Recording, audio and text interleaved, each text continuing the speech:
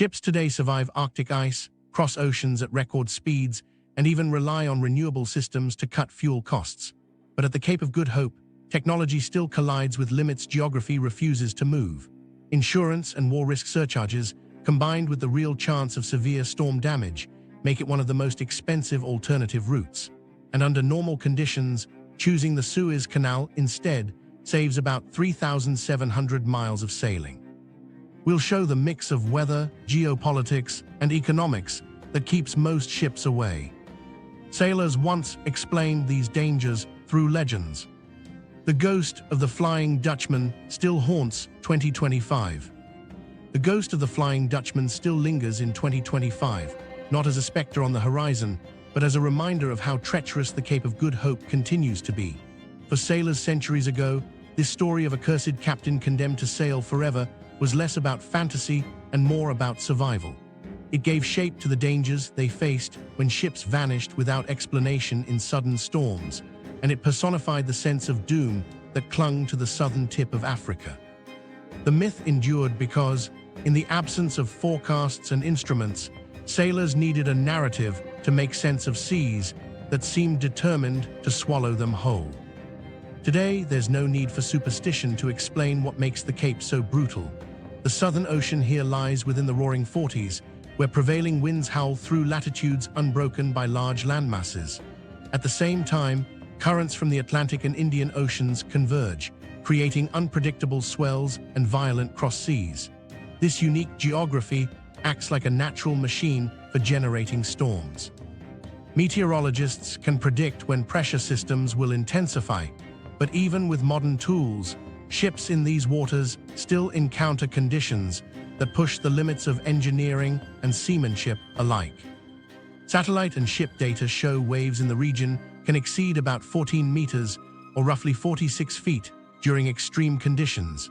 To put that into perspective, that's taller than a 4-story building coming at a vessel broadside in a moving wall of water. Wind bursts layer on more chaos, with short intervals separating gusts strong enough to overwhelm steering and strain engines. For crews running tight schedules, these conditions often force decisions between slowing to a crawl, stretching voyages by several days, or risking significant damage to vessel and cargo. The data makes clear why the Cape still functions as a choke point of risk. Telemetry from recent years consistently reports weather-related delays, even as ships rely on voyage planning algorithms and real-time satellite feeds. Unlike calmer routes, where strategic detours often avoid the worst of a storm, no amount of routing fully sidesteps Cape weather. The combination of shifting systems and mixing currents means captains must either endure severe seas head-on or loiter offshore, waiting for conditions to relent. Either option slices into efficiency and profitability, while exposing ships and crews to danger that cannot be engineered away. Rogue waves offer one of the starkest examples.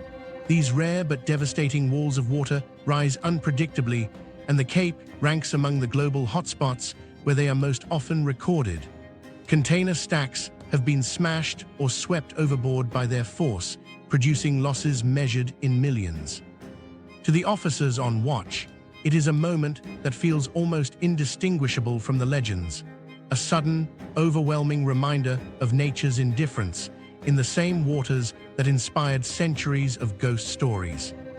This is what explains why the Flying Dutchman still haunts conversations, even if only as a half-joking reference. The story distilled what mariners knew deep down, that these waters guarantee hardship. Today, science replaces curse with data, but the outcome is the same. The Cape of Good Hope sits on the edge of predictability. Technology helps, but the Cape shows where technology meets nature's limits. That recognition filters into the strategies of shipping companies in 2025. Conference presentations detail atmospheric models, routing simulations, and risk scenarios, yet the recommendation echoes the warnings of the past. Avoid rounding Africa unless no other choice exists. The myth may be folklore, but the realities that inspired it remain constant, with little sign of easing. And it is that continuity of risk that shapes decisions about global shipping lanes. Faced with one route where storms, damage, and costly delays are nearly assured, and another where traffic jams and crises erupt only occasionally, the choice most companies make is easy. One passage remains feared, the other indispensable. Suez Canal, the shortcut that keeps the Cape empty. The Suez Canal represents the central artery of modern shipping.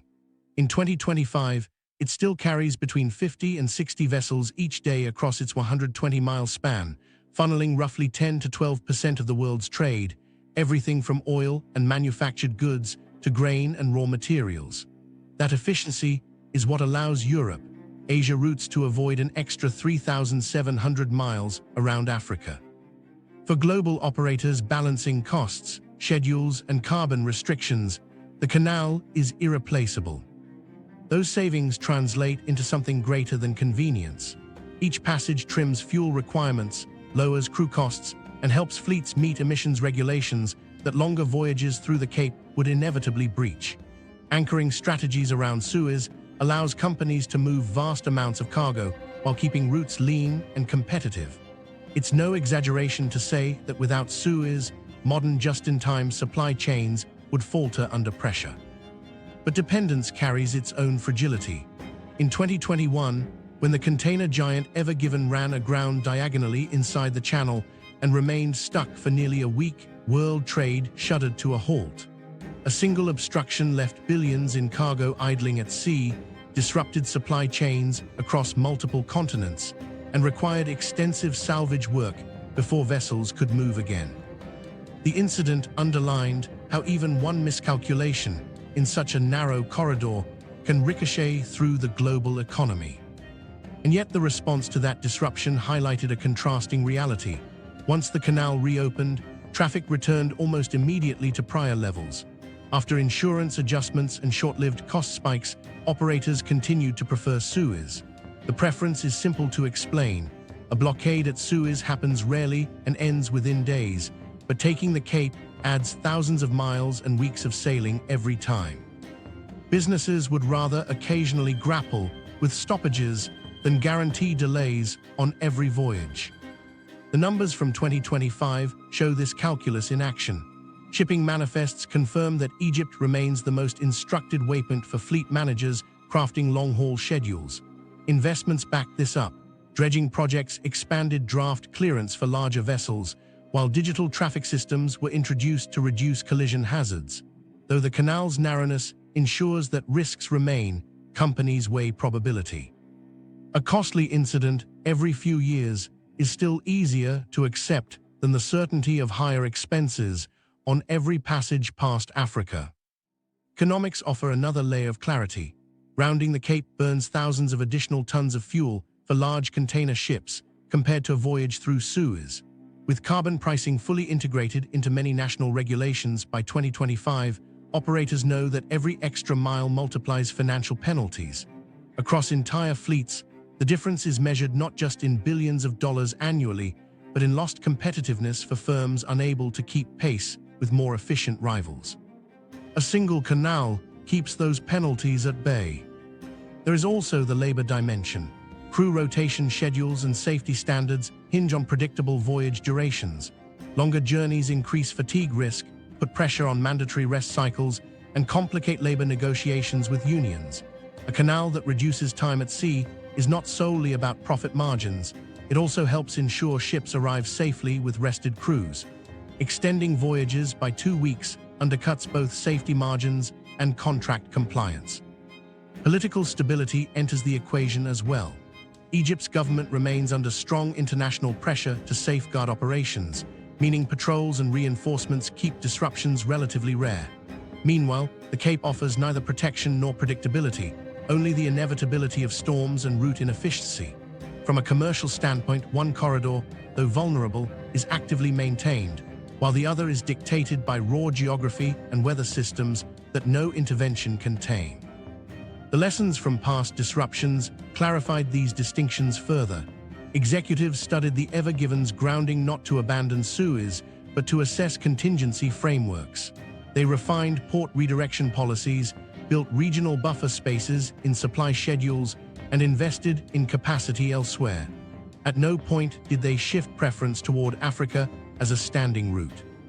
The calculation remained steady: endure occasional, manageable gridlock at a choke point, or risk constant weather exposure and cost inflation south of Africa. One looks painful but finite, the other unavoidable and permanent. Traffic totals continue to prove that choice correct. Even after public focus on dramatic blockages, volumes through Suez hold firm. Fleet managers consistently mark it as the planned corridor, leaving the Cape as an option of last resort, an emergency path when all else fails, not a viable replacement. Predictability is the guiding principle. The canal can be disrupted, but it can also be repaired and restored on measurable timelines. The Cape offers nothing comparable, only a guarantee of longer, harsher voyages. The conclusion is straightforward. Shipping depends on Suez despite the vulnerabilities it periodically reveals. The difference lies in the type of risk. One corridor forces temporary pauses that can be cleared by engineering crews. The other imposes permanent disadvantages built into geography and climate. For shippers under extreme pressure to keep goods flowing, the decision is not difficult. Still, reliance on a single corridor also creates new forms of exposure. Problems at Suez are not always accidents or engineering mishaps. Political and military pressures can spill over into the waterways feeding into the canal, and when those pressures flare, the shipping industry has to rethink its options quickly. As recent years have shown, those surrounding waters are no less volatile than the seas at the tip of Africa. They simply pose a different kind of danger. Red Sea conflicts forcing detours. By late 2023 and into 2024, Houthi attacks in the Red Sea escalated sharply, forcing global shipping companies to reconsider routes they had relied on for decades. Armed with drones and long-range missiles, the group targeted vessels in transit between the Bab el-Mandeb Strait and the northern entrances of the Red Sea. Flames on the horizon and reports of ships struck mid-voyage made it clear that risks were no longer theoretical. Early industry data noted severe incidents, including 2 bulk carriers that sank in July 2025 and casualties among their crews. For captains accustomed to the routine of Suez, the sudden presence of weapon strikes marked a dramatic shift in the region's safety profile. The economic fallout arrived just as quickly. Insurance underwriters began adding steep surcharges for any vessel transiting through the danger zone. By mid-2024, war risk premiums for Red Sea voyages had risen into the 0.5 to 1% range of a ship's hull value, according to multiple maritime reports. That meant that on a large container vessel valued at hundreds of millions of dollars, companies faced millions in additional costs for just a single journey. Shipping lines that had already priced out futures months in advance found their calculations collapsing under the new fees. The unpredictability of the premiums was equally damaging. Rates shifted week to week, depending on fresh reports of missile launches or attacks, leaving accountants with no way to stabilize expenses. Faced with these financial shocks, many carriers began to divert their voyages away from the Red Sea entirely. Announcements from major container lines during 2024 and early 2025 confirmed what tracking data made visible. Ships were rerouting southward, taking the long passage around the Cape of Good Hope. On the surface, it looked like a rational, even cautious choice. Why risk a missile impact when another road existed? But from a commercial standpoint, it meant swapping a low probability, high-impact danger for guaranteed higher costs and harsher conditions. Storm systems, added mileage, extensive fuel burn, and rising emissions penalties all came with the southern detour. Calculus was difficult. Passage through the Red Sea carried the chance, still statistically limited, of catastrophic damage, loss of life, and global headlines. Rounding Africa removed that possibility but replaced it with nearly certain overages in cost, weeks of delay, and the erosion of freight competitiveness. On balance sheets, managers weighed reputational risk against financial certainty. While a missile strike was rare, the reputational weight of a vessel disabled or sunk was nearly incalculable. Detours, meanwhile, inflicted slow but dependable losses borne voyage after voyage, month after month. Shipping's divide in response reflected the size of the players involved. Large multinational carriers could absorb the extra insurance fees or distribute detour costs across hundreds of routes. Smaller operators, on the other hand, struggled. Many lacked sufficient leverage to demand better terms from insurers and could not easily raise freight rates to cover extended operations. For some, contracts were withdrawn by charterers judged too risky, leaving vessels idle. Others attempted the Cape only to find the costs far greater than their reserves could sustain. The burden skewed toward the weakest firms, while the largest consolidated contracts, amplifying the financial imbalance across the logistics industry. There were visible knock-on effects at ports as well. With many tankers unwilling to cross the Red Sea, refueling and resupply demand shifted rapidly. Ship-to-ship bunkering expanded in alternate hubs such as Mauritius, Mumbai, and Sohar, while official reports tracked a steep decline in petroleum and crude cargoes moving through Suez. Maps of shipping density illustrated the trend. Lanes thickened around southern Africa, while Red Sea traffic thinned, punctuated by naval patrols and occasional escorted convoys. The strategic consequence was unmistakable. One of the world's biggest arteries had lost its dependability, and the burden of global transit shifted thousands of nautical miles away. Efforts to stabilize the Red Sea brought limited relief. Governments organized naval escorts for some high-value convoys, while private firms offered onboard security. These measures lowered risks but could not erase them. The Red Sea covers thousands of square miles, and protective fleets could not be everywhere at once. Missiles launched from inland still threatened ships, even when patrols were nearby. By contrast, attempts to optimize the southern route through weather modeling or deploying new wind assist sails lessened inefficiencies but never eliminated the fundamental cost of adding nearly 3,700 miles to each voyage. Neither path delivered true security or stability. The dual stress spread to crews as well. Seafarers assigned through the Red Sea described heightened anxiety, knowing attacks gave little warning and defense options were limited. Those diverted south endured longer journeys through relentless waves, with more fatigue and delayed port calls taxing their stamina. Companies attempted to introduce additional rotations to prevent exhaustion, but global shortages of trained personnel meant crews still worked longer stretches. The psychological strain reflected a broader truth of maritime trade. Choices made in boardrooms often passed directly to the individuals at sea, who shouldered the brunt of the danger. By the close of 2025, clear patterns had formed.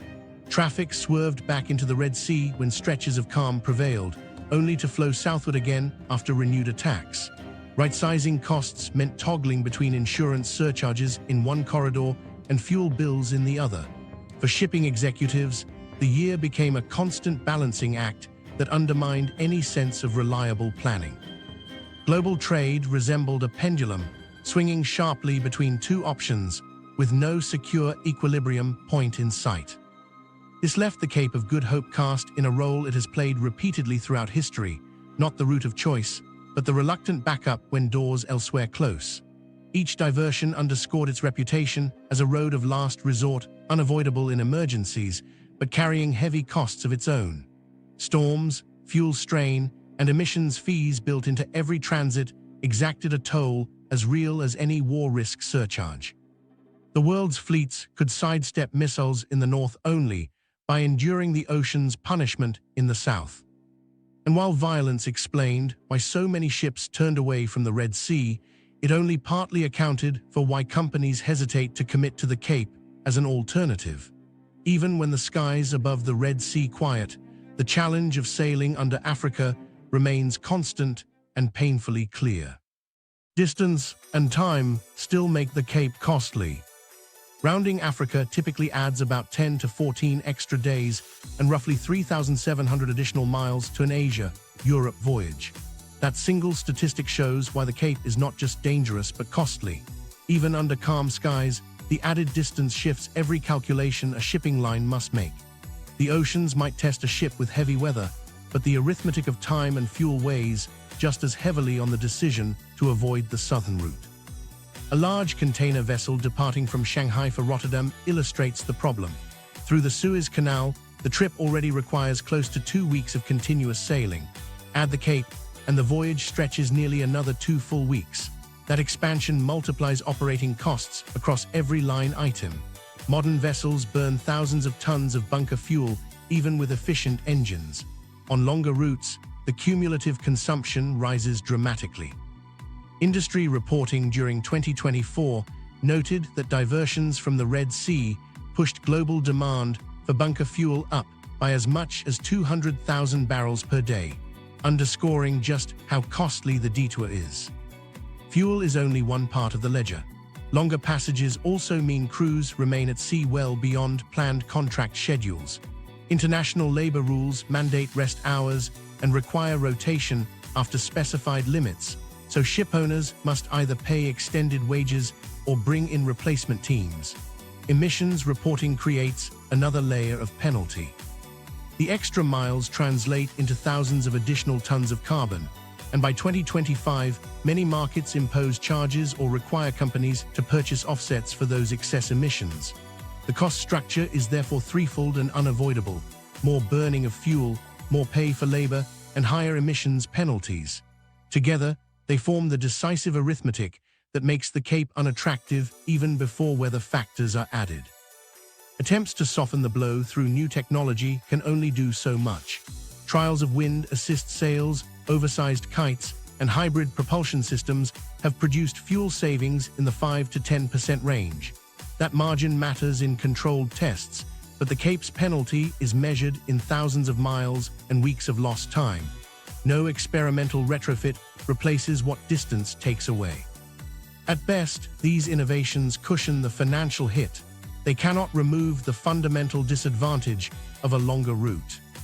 The effects ripple outward beyond individual voyages. Each extra day at sea reshuffles schedules for inland transportation waiting on containers.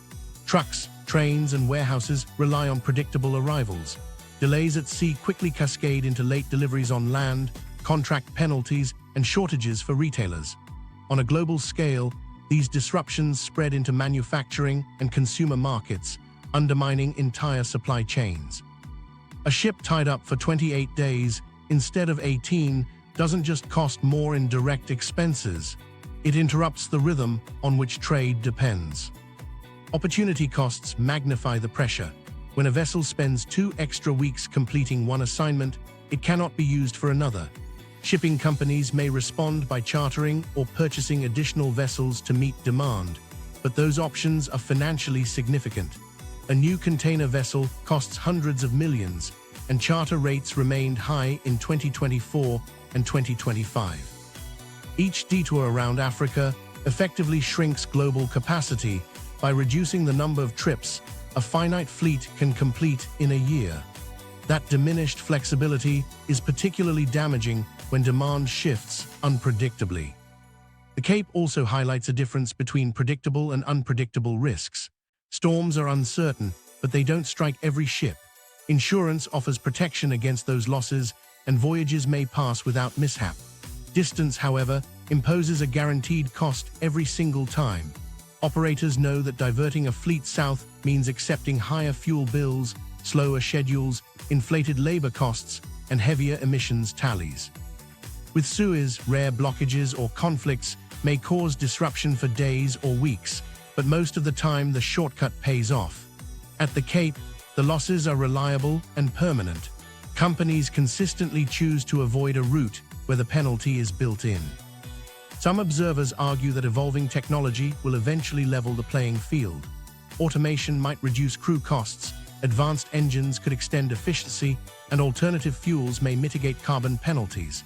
But these shifts cannot change the geography. A shorter path remains shorter, and a longer one remains longer. Every real-world test during the mid-2020 confirms the same lesson. The Cape's additional distance cancels any advantage from improved design. Faster computing or cleaner fuel cannot erase 2 weeks of sailing.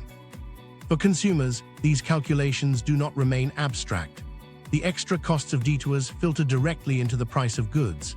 Electronics, textiles, food products, and industrial components all depend on timely shipping. When voyages take longer and cost more, distribution slows and shelf prices rise. Even far from the ocean, the Cape's arithmetic reaches consumers in supermarkets and hardware stores. Its burden is measured not just in fuel bills, but in higher prices paid by households worldwide. The common assumption that storms alone make Africa's southern passage unappealing misses this deeper economic truth.